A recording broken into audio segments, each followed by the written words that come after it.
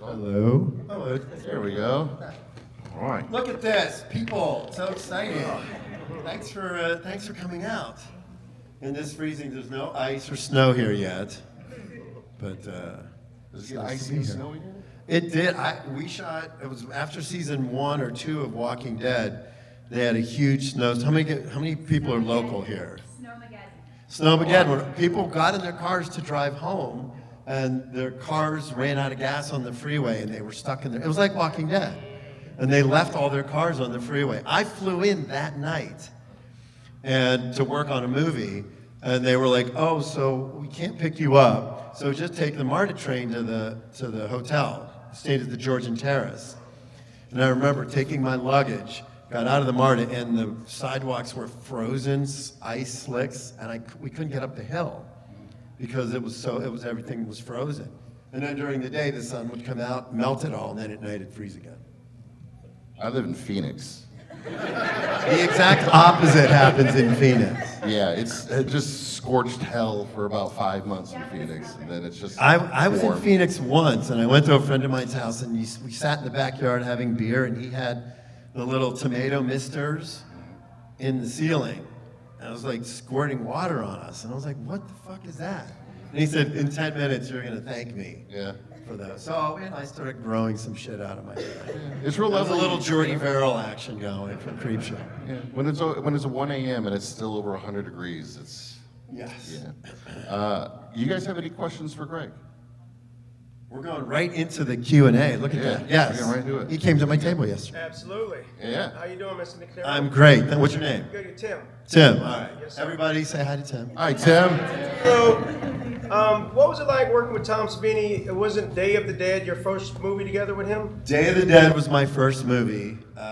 Weirdly enough, and anybody that has ever followed my career knows, my dad's a physician. So I grew up in Pittsburgh, and I was going to be a doctor.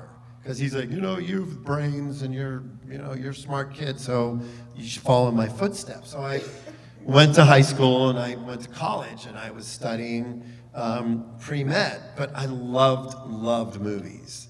My grandfather used to put a sheet on the wall and run old Super 8, the 8-minute Castle films of like Frankenstein and the Wolfman and Voyage to the Bottom of the Sea. And when we were little, you'd get to the end and we'd watch Creature in the Black Lagoon, and then at the end, and we'd go backwards, and he would play the whole movie in reverse, and the creature would jump out of the water onto the boat. It was like amazing. So I fell in love with horror movies, but I had such an amazing imagination that I would have these horrible nightmares. Remind me, I have to tell you about my nightmare the other night. It's really wild. Anyway, so I had these crazy nightmares, but I couldn't stop watching the movies. I just was like, I wanted to be scared. I wanted to understand it. So then, as I started understanding, it's makeup, and there's guys that build these props and these mechanisms. So I became intrigued. And then somebody goes, "Oh, well, George Romero lives like right up the street, and they shot Night of the Living Dead like in a cemetery about 15 minutes from where I grew up." So I was in high school, and a friend of mine said, "Hey, they're shooting this zombie movie in the mall." And his dad has credit in the movie. His dad's name was Bill Wagner, and he was the liaison between the Monroeville Mall and the production. And this guy's name was Brian Wagner. He's like, they're shooting this movie, Dawn of the Dead. And I was like, oh my God, so can I come visit? So I went and visited. And then later, I met George on a family vacation, literally. We were in Europe, and George was there working on Dawn of the Dead with Dario, and he was at a restaurant. And I went, oh my God, that's George Romero, holy shit. And went and introduced myself. I was 15 years old. And he was like, oh, hey man, you should come down to the office and visit. So it was always like, I thought everybody that loved horror movies was friends with George Romero or Sean Cunningham or Tobe Hooper. You just meet your idols, and then they invite you to come hang out at the office. So they offered me a job on Creepshow. And I was getting ready to go away to college. And I'm like, I probably have to turn the job down. Thank you very much. But I'm going to go off and be a doctor. And then 3 years, I visited the set of Creepshow quite a bit. And that's where I met Tom. So I was 16 when Tom and I met. And then, of course, 3 years later, in 1984, I go to have lunch with George. And he goes, hey, we just got a green light for Day of the Dead. Do you want a job? And I went, Yes. So I'm not going to make the same mistake. And I went home to my folks and I said, hey, I'm going to take a semester off of school. I'm going to go work on this movie and I'm going to go back and I'll be a doctor and it'll all be fine. So I still haven't gone back, needless to say. My parents were super cool about it. George was the worst. George was the one going, man, you should have been a doctor. I ruined it. I'm like, trust me.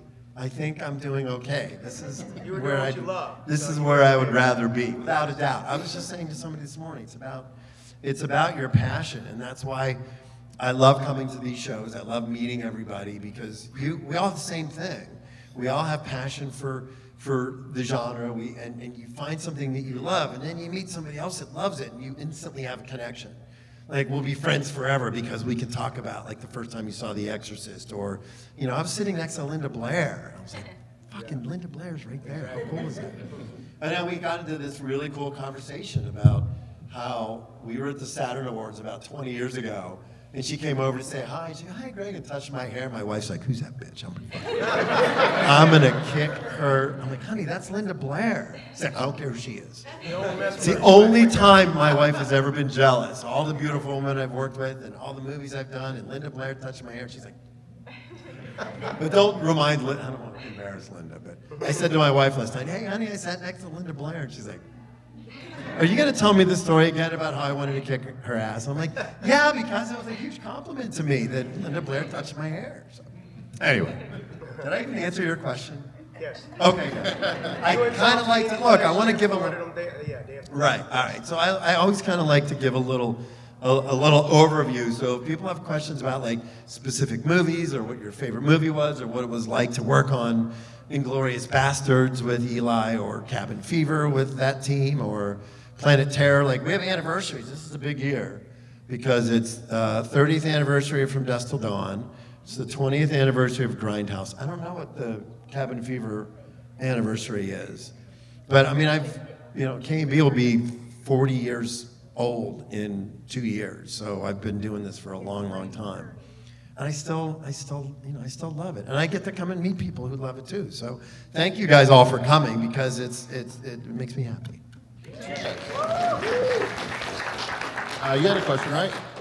Go for it. Yeah, great to meet you again, Greg. Hello. What's been your most difficult project that you've worked on? Well, I think most difficult, it's really hard to say because they're all challenging for different reasons. We worked on a movie called Eraser. It was an Arnold Schwarzenegger movie. And Chuck Russell directed it, who directed Nightmare on Elm Street 3. Thank you. I almost said 4. Thank you. You have a sweater on, of course you know. And he directed The Blob. Anyway, so there's a scene where James Caan is the bad guy, chases Arnold into this exhibit at the zoo, and there's all these alligators in the water. And Arnold's like, I'm gonna get the bad guy. So he shoots the glass out, and all the alligators flood into the room. So we had to build 9-foot, 14-foot, self-contained swimming alligators. So you'd put a pin in, they had little air tanks, and you pull the pin out, and the tails would move. So we would have to put them into the terrarium, and then pull the pin, and they would run for like 20 minutes. So then, once they shot the glass out, then we had to make animatronic versions of all the puppets, and they had to like bite the guys' heads off and all this kind of stuff. So the set was built at Universal, and it had about, I don't know, a foot of water. So the director comes in, we have all these beautiful alligators. They weighed like 600 pounds each. They were all like, it was like the T-Rex from Jurassic Park. They're all hydraulic. And so he comes in and goes, hey, okay, so for the first shot, I want the alligator to walk from there to there. And he walked away. I was like, these things don't walk. They were not built. Like, if I could build a walking alligator, I wouldn't be working on Eraser. I'd be doing something else. But he walked away. And, the thing, I'm thinking to myself, okay, there's water in the tank. What if we just put the whole puppet on one of those little creeper dollies that mechanics use to slide under the car? And then we'll tie a cable to it, and then on action, we'll just pull it, and then we can have somebody puppeteer the front legs. So we got it set up. About a half hour later, They said action, and we did it, and they go, cut, great, and he walked away, not even realizing that a half an hour ago, I had no idea how we were gonna get it to work. And consequently, what was really rewarding about that was the visual effects people that were there were from ILM, and they were in prep on a movie called Spawn. So what they said to me, we've never seen anybody just do it. Like, you didn't say, it wasn't built to do that, go fuck yourself, whatever, sorry, oops, you know. Sorry. Oh, she cusses all the time. Oh, you do? Yeah, but she's not supposed to do it in front of grandma or at school. All right, we're not at school and grandma's not here. All right, Wait, I'm gonna have you cuss before we're done, just because I want to hear it. Wait, what? she said I can fucking cuss. All right, I'm a all good right. mom, I promise. We'll talk later. Contributing to the delinquency of a minor. I'm going to get arrested in a minute. Anyway, so I love that story because that story really sort of solidifies that as a film technician, you have to not think just like an effects person, but you have to think like a director, you have to think like a cinematographer, you have to think like an actor, you have to think like a stunt person. And I think that is what made my transition into directing on The Walking Dead and creating Creepshow and all the things that I've done is because it's like a concert, you know, and you go and you hear, you know, I love going to see concerts with live orchestras and they play. Like, and Atlanta does a lot of really good stuff here. They did like John Williams so if you ever have a chance to see them conduct any soundtracks or any film music live, I absolutely tell you to go. But, you know, it's always amazing where you have the conductor, but it's every single person works in concert together. And I feel like a lot of times that's my job. My job is to make sure that this person's working with that person and that person's working with this person, but together it makes something amazing. So there you go. I don't even remember what the question was, but I'm just happy it was about Eraser. I love Eraser. That's Oh, the yeah. first DVD I ever owned. really? Yeah, I had it on DVD and Laserdisc. That's a good. And then he shoots the alligator and says, your luggage. Yes! Yes. Remember that. Yeah, I was wondering if there was an update on the Twilight of the Dead project. You know, it's been a while, and every time I ask, they're like, yeah, we're working on it. You know, they had Brad Anderson as a director for about a year. He was a great director. We went through the entire movie. We did a bunch of designs and broke everything down, and then it got real quiet because they were still working on their funding. But I don't know. And if I ask, they'll be like, they won't answer me. So, I mean, I think it'll eventually happen. But it's it's taking a little while. Yeah, way in the back. Do you know about any new seasons for Guts and Glory? Well, sadly, Guts and Glory, did anybody see Guts and Glory? See, nobody, first of all, they didn't advertise it because nobody knows about it. We came up with this cockamamie idea to do a cross between Survivor and the Blair Witch Project. So it was a real competition show that we created. And these people, the crazy thing about shows, all these reality shows, people will jump on a plane without even knowing anything about the show. And they'll just fly to wherever you are. So we had these contestants just flew in. They didn't even know what the show was about. And we did 6 episodes, and each one was a horror-related challenge, where if you lost the challenge, you got killed off. And it was a lot of fun. We shot the whole show in 6 days, and I'm a big fan of those types of shows anyway, so being able to create something like that, and we made it for like literally zero money. And then we talked about a season 2, and we were talking about doing like a haunted house version. But then I think they were like, well, you know, we didn't really have a lot of viewers. And I said, well, it would have been nice if you advertised it because people don't know about it. So, you know, we're talking about doing more Creepshow. We did 4 seasons, and I loved every minute of it, and I thought the show got better and better as we went along. My producing partner is here, and we're talking about just sort of launching a couple movies, as opposed to doing a series, doing some standalone Creepshow movies. But thank you for watching it. Did you like it? Loved it. See? It's on Shudder and it's on Amazon. I tell you, you will like it if you watch it. I would not tell you to watch it if it was bad. The challenges were fantastic. Thank you. I had an exorcist challenge where this woman is literally levitating in a barn. It was so much fun. Anyway, yes.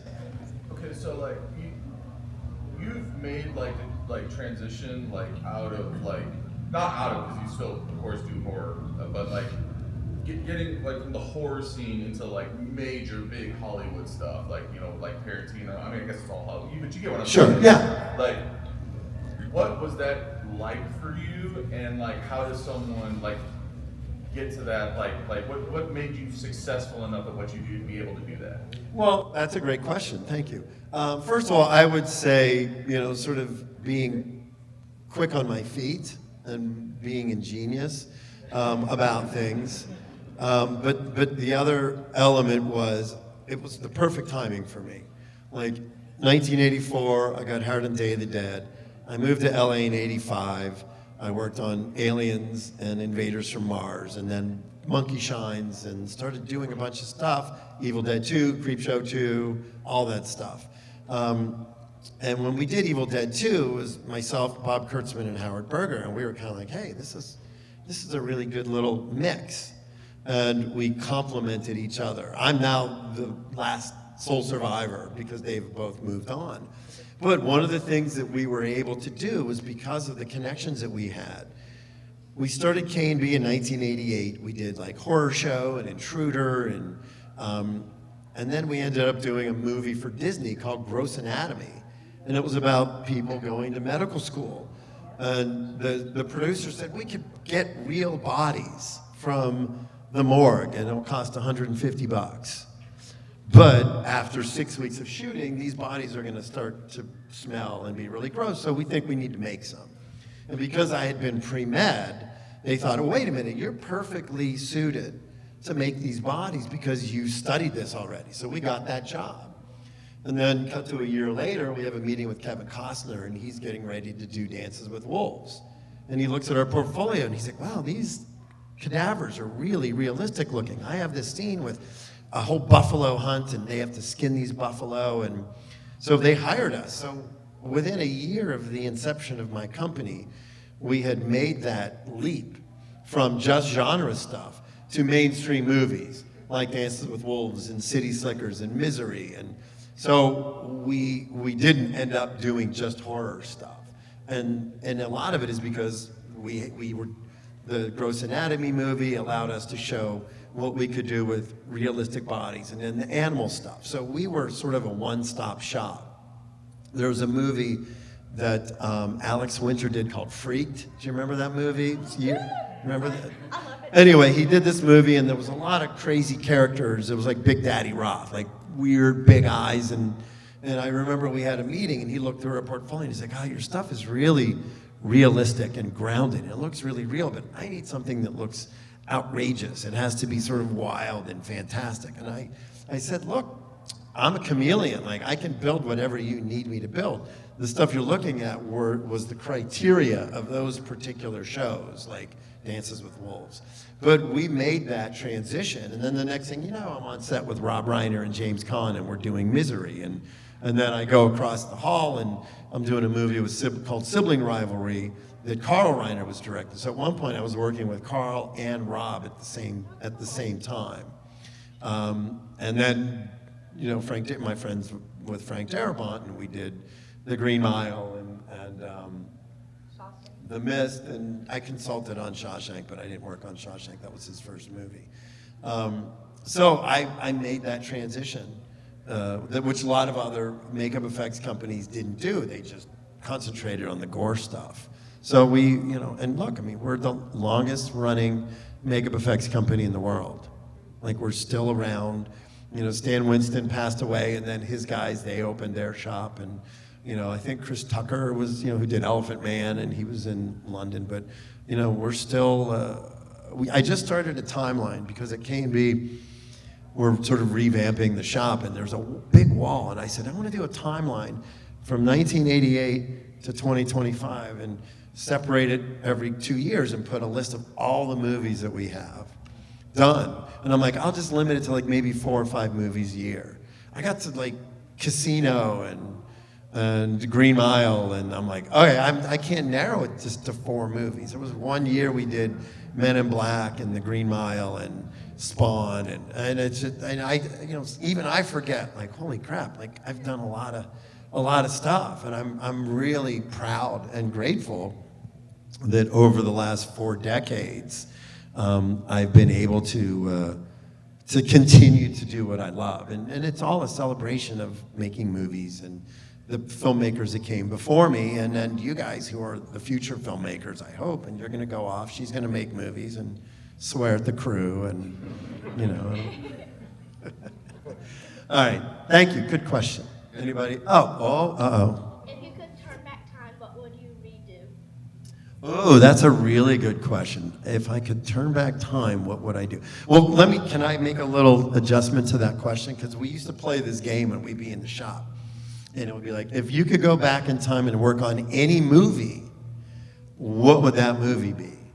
Because, you know, we're all nerds. So I would be like, oh, you know, I work on Creature from the Black Lagoon because that was the first creature suit. And then I would work on The Exorcist, and then you think of, you know, Jaws is my favorite movie. So I'm thinking, oh, I would want to work on Jaws. And then you realize that the success of that movie is complete opposite to the making of that movie. You know, everything you ever hear about the making of Jaws is what a nightmare it was. The shark didn't work, and that the guys just kept building and it kept breaking. So I'm like, do I want to go back in time and traumatize myself having worked on that movie? I would have been like, so there's a lot of, you know, look, I mean, for me, if I were to go back and work on something, you know, I would want to do it something that was like pioneered makeup, like The Wizard of Oz or Planet of the Apes or The Exorcist. You know, I mean, I went to the Sphere, interestingly enough.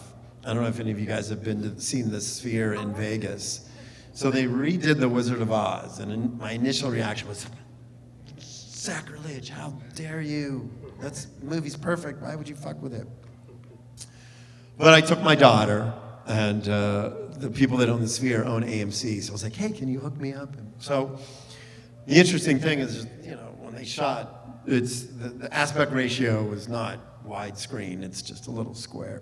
But when you see it and the movie starts, it's 4 stories tall. And what they did was they used AI to fill in all the blanks around the movie. And they had to do a lot of touch up and a lot of cleanup. And I was very hesitant about it. But for me, I'll be really honest, I was swept up in the experience of it, of just how magnificent the movie was and the technology allowed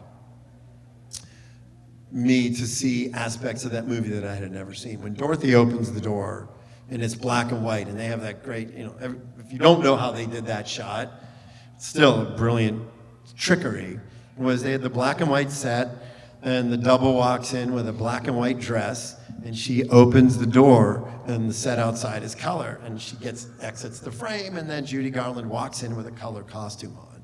So it's brilliant, and you think, back then, they came up with cool ways to do that kind of stuff. So, but it was really interesting, and I'm not a big fan of like going in special edition Star Wars. Like I miss the original, and I prefer that. But there was something, they made the experience of watching The Wizard of Oz interactive, because there's wind and they drop apples on you when the tree. It was kind of cool. So I would recommend it.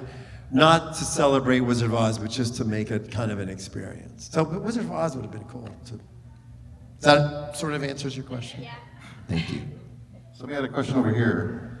Yeah, I was thinking about Planet Terror when Quentin Tarantino's body parts are falling off. Yes. I was just wondering, like, what was the process like of that, and is it a chemical process to make things kind of melt in real time? Yes, and there's, you know, we have a really interesting trick that was used. I know they use it a lot on the Blob remake.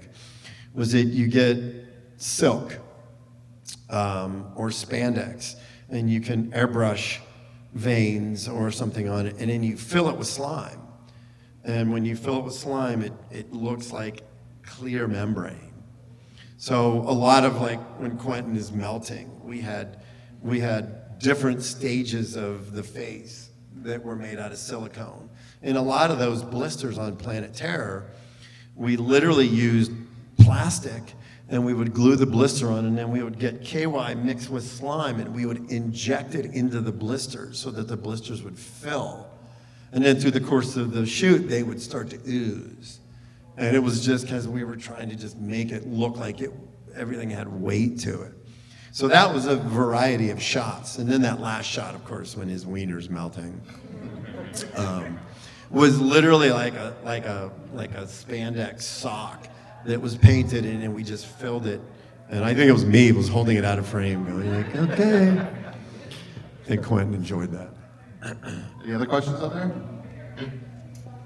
With you being like pre-med and stuff like that, you obviously replicate like viral and trauma and things like that, but is there any other like kind of obscure prognosis or diagnosis that you ever specifically pulled like symptoms or anything from and like enjoyed replicating on screen? Yeah, I mean, we did a season of 24, and it was the season where they had this virus that they were going to release. So we had to do a lot of research in terms of like Ebola virus and like what the stages would look like. And if you watch the first episode of 24, so we did test makeups on me, and then they're like, hey, can we use those photos on the show?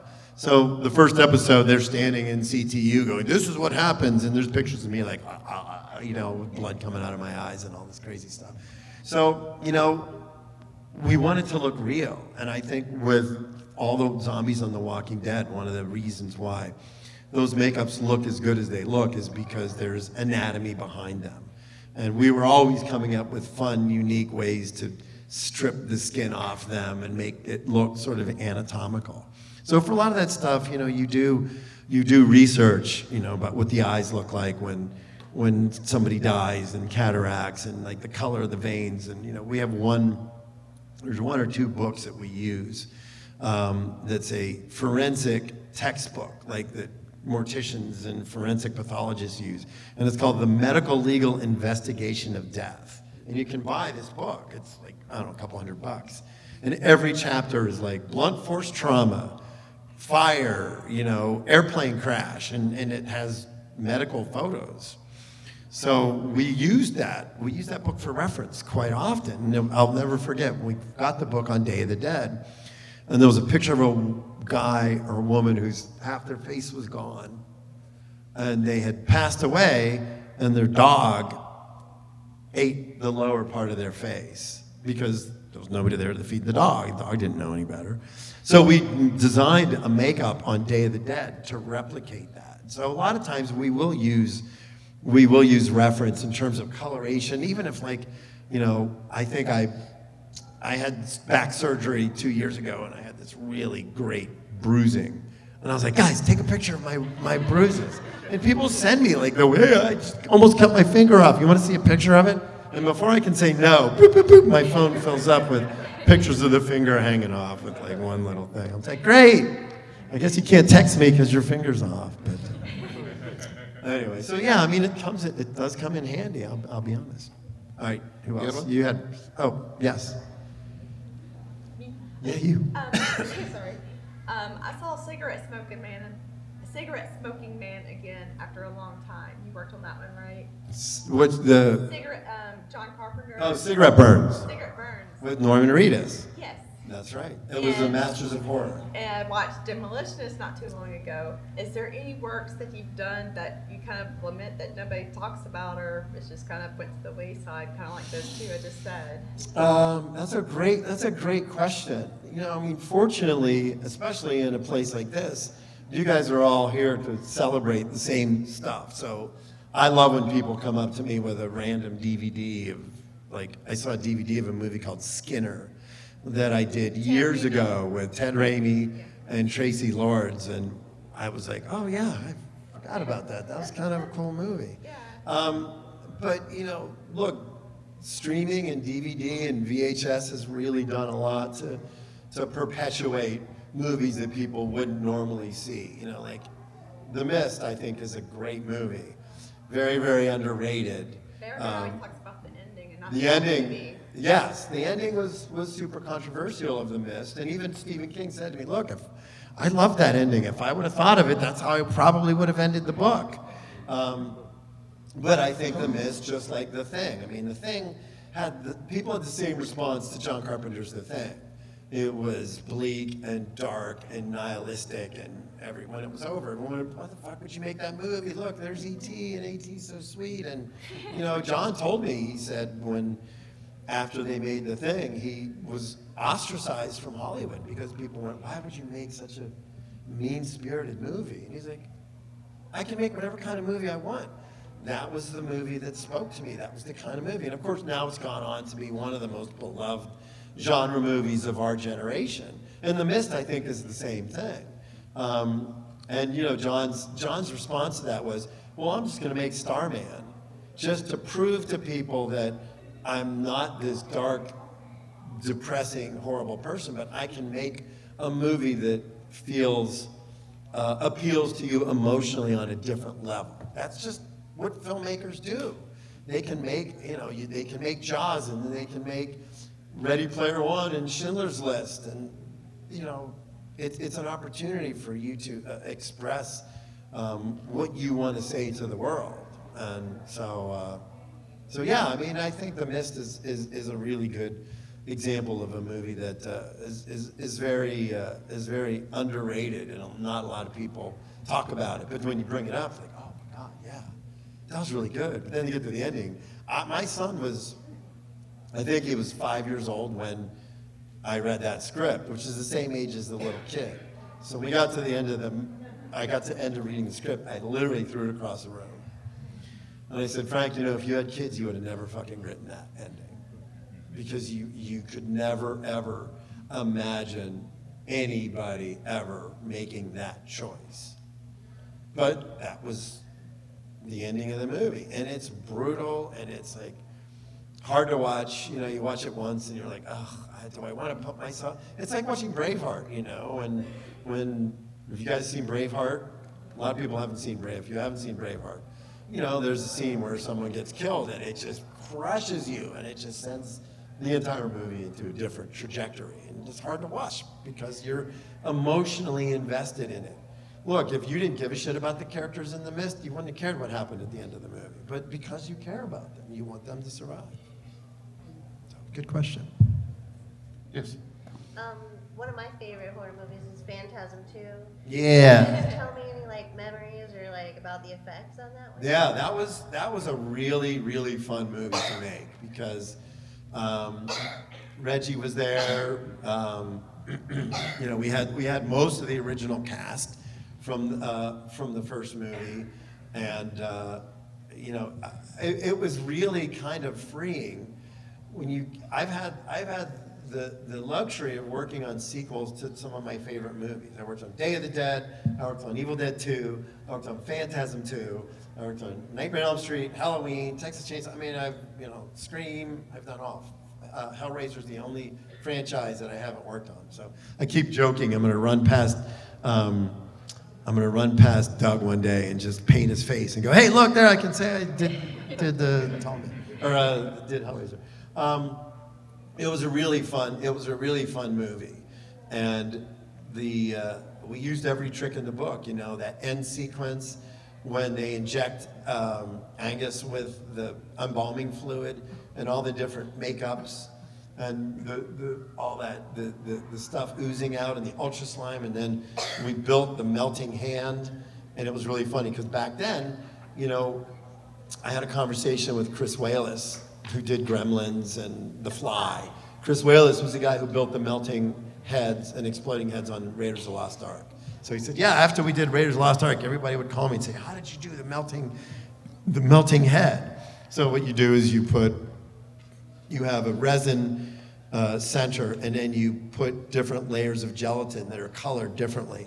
And then you get to the last layer and you paint it, and then you hit it with a heat gun and you shoot it at 120 frames a second, and when it melts, the film speeds it up. So we did all these melting gags with Angus.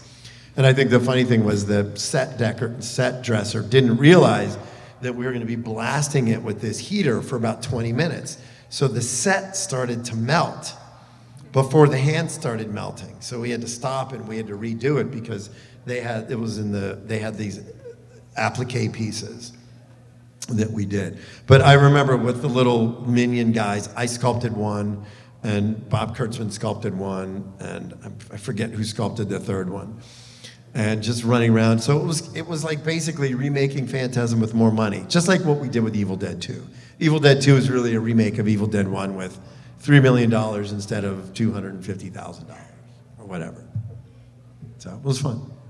You got one right there? I was curious what your favorite body horror that you've ever accomplished was. That I worked on? I did a movie called The Cell. And there was a scene where it was Vincent D'Onofrio, I think, right? Vincent D'Onofrio is literally pierces his body and has to hang above his victims. And so we had to build this entire rig. We took a cast of his body and we made a fiberglass pan that he could lay in. And then we had to create a whole back prosthetic that looked like the hooks were pulling his skin. And then the prosthetic covered the rig. So once he got in it, it was like 3 or 4 hours in that rig. And then we had to raise him up. And that was really wild. I mean, when you would walk into set and look at that, you're like, because I think at one point they were like, oh, maybe we should just get a real person and just pierce them and hang them from their skin. I'm like, we got it. Oh, we'll figure something out. Don't worry. So I think that was. And out of curiosity, like a favorite creature too, like That I've built. I love the Violator from Spawn because that was a full animatronic. It was like we hired the guys that built the T-Rex on Jurassic Park to build it. So it moved, the arms moved, and the head moved, and it just was really a magnificent piece of engineering.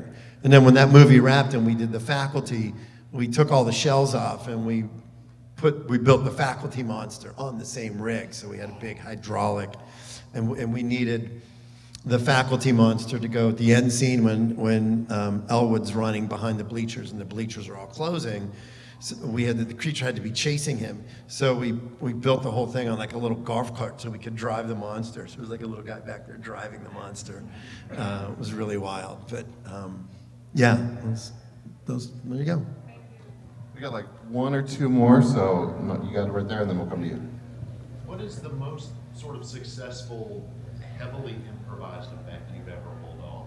Oh, wow. That's tricky because you sometimes there are happy accidents. Blood gags, it's usually a happy accident if it goes right, I think maybe in Inglourious Bastards when they kill Hitler, Quentin was like, yeah, I just want to like have him kick the door in and machine gun. So we want to make a dummy of that.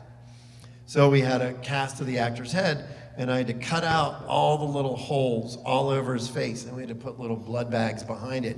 And then I had to put the plugs back in and blend it off. So because he really wanted to see the bullet holes going into the face. And then we went in, we got the whole thing set up, and we had 2 heads. And we did 1 take at the end of the day, boom, boom, boom, boom, boom. And then he's like, we could try something different. So we have another head, but we'll come in early and we'll bring it. A lot of times when you do stuff like that, you need a little bit more time on set. So you'll come in and they'll clear the set, and then you set it all up. And then the crew comes in and then they film it. That's usually, when we did Misery with James Caan, when we had to break his ankle with the sledgehammer, thank you. So they broke for lunch, and we had holes cut in the bed. So when Jimmy would lay in the bed, he'd put his legs down in the holes, and then we attached the fake legs. So when Kathy came in later, she could smash the legs. So we got it all rigged up and ready to go, and then they all come back from lunch and they're like, what the fuck have you guys been doing? You're supposed to rig up the legs. I'm like, well, those are the fake legs. They didn't know that they were fake. They thought they were the real legs. So a lot of stuff like that, you try to tend to not improvise a lot because, there might be a surprise, a lot of times it's always funny when you have a blood gag going on. You have to tell the film crew, they'll say, where's the blood gonna go? I'm like, fuck if I know, See those 3 fire extinguishers? Well, they're all filled. So so then they get the plastic out and they cover everything because they don't want to get blood on the lens. And then so you have this sort of barrage of plastic covering the cameras, and then behind it is all the crew. And my goal always is to shoot the blood over the camera to see how many of the crew guys I can get. And needless to say, and they all have fucking white t-shirts on, which I'm like, so usually it'll be, great, look great, we loved it. Because here's the trick. Anybody that does effects here, I'll tell you the big secret to getting a good blood spray. If you use a fire extinguisher and you fill the line with blood, right? And you flip the fire extinguisher over. So now what you have is the compressed air is closest to the valve. So when you hit the valve, the fire extinguisher is shooting the compressed air, which shoots faster than the blood because it's air, not liquid. So it'll shoot that blood out, and then when the air hits it, it'll spray blood. I could probably hit that back wall if I wanted to. So of course, when we're shooting a gag, you'll see me doing this, and they go, ready and action, and I'll flip it over and hit the thing. And then the director will say cut, and like 3 camera guys from across the room will come up going, does this come out? I just got this shirt. I'm like, yeah, it'll be fine, whatever. But blood gags are fun. Or the other time is you'll have a rig, slit throat, goes down, and you're sitting there and you're pumping the blood, and you're like, what's going on there? Where's the blood? And the director's like, more blood, more blood. And you realize that the actor's standing on the blood tube. And you're like, oh shit, the minute he lifts his foot up, about 5 gallons of blood is gonna shoot out. So the guy will be like this, and he does that, and I'm like, and 5 gallons of blood. So it's always, or you'll be pumping and then the tube will come out. There's all this shit. I mean, I can't tell you how many times you're pumping and the tube, and you grab it and stick it back on in the middle of the take. Good times. All right, we started here, we're gonna end with you, so make it a good one. Well, thank you. Yeah. In the movie Day of the Dead, Yes. you were an actor. You were Well, one of the terrible. soldiers. But you also worked behind the scenes with Tom Savini on the effects. Yes. Was it then and there you decided you'd rather be behind the scenes instead of the actor on camera? Well, I always joke that I'm a terrible. I mean, I have cameos and stuff. I've the Halloweens, and I like doing it. It's fun to be in a movie because you can go, hey, look, that's me. Dusk Till Dawn, Tom Savini. I had a cameo with him, and then Salma Hayek kills me in the unrated version. But that whole thing came out of pure function. Like when we were prepping Day of the Dead, I mean, I'm sure you know there was a much longer script that was much more in depth, where they get on a boat, they leave Fort Myers, and they go to an island, and the island is inhabited by Gasparilla and Logan and all those people. So when we started prepping the movie, we were prepping from that script. And there was a throwaway scene where there's a soldier who gets killed, and they cut his head off, and then later they're feeding his meat, the meat from his body, to the zombies, and the head's still alive. So when we started the movie, Savini was like, well, Greg could be that part, because he's gonna be with us, he's gonna be on the crew, so we just need a generic head. And so they cast my head right at the beginning of prep. And then, like 2 or 3 weeks later, the finance people came and said, look, we'll give you $7 or $8 million to do an R-rated movie, or we'll give you $3 million to do a non-rated. And George went, screw you guys, nobody tells me what to do. I'm gonna make the movie I'm gonna make. So he wanted to make the unrated version. So they were like, well, shit, we already started building this head. So they made me a character. So then I had to be in the movie. I didn't know. That was my first movie. What do I know? I kind of got the whole experience. I think the funniest thing about that is my death scene. So I get shot, and there's a big scene in the middle of Day of the Dead where one of the zombies breaks loose and bites Phil Kellums, who played Miller, and then I get shot. And that's when Miguel gets bit. It's a really cool little zombie scene. So I'm standing there and you're like, okay, so we have to shoot your death scene. You have to get shot. And I go, okay, well, how does that work? He said, well, we're gonna put these little squibs on you and we'll put like 6 on the front and 6 on the back. So when we shoot, you know, I'll say, you say your line and then, you know, we'll say action and you scream Miller and then we'll hit and just fly back. So I'm getting there, I'm getting ready, and I'm like, I didn't know what it was gonna feel like or anything. I'm just a kid from Pittsburgh who was just found myself in this movie. And there was a lot of practical jokers on the set. And 2 seconds before they say action, one of the guys comes over and goes, hey, whatever you do, don't fuck it up. And I went, what? And George goes, action! And I turned back, I'm like, I was completely unprepared. But it was so much fun. I mean, that sort of independent filmmaking spirit where it was George's family and everybody was there for him. They had all worked on Dawn of the Dead. They had all worked on Martin. And then I went on, of course, to work on Monkey Shines and to work on all George's other movies after that. You know, it's a family. And, you know, you could hope that your entire career, the best thing you could ever do is work with your friends. And I've been fortunate enough, you know, especially with Walking Dead, because, you know, when you do a movie, it's, you prep for 3 months and you shoot for 3 months and everybody goes away. But, you know, 15 years of working on that, you know, you develop relationships with people. And, you know, it's something that you know, I feel like I could say I've done it all, and that there's still a lot more that I want to do, but like in terms of my bucket list of things that I've imagined that I could ever do, I've done it and more, and I'm so grateful and honored to keep doing it for you guys, because then you guys can come up and say, oh my God, I love that thing, and that thing, that was great, you know, so. Anyway, thanks everybody for coming. Thank you, Greg. And Let's give Greg a round of applause. I'm here for another like hour or two, so come by the table.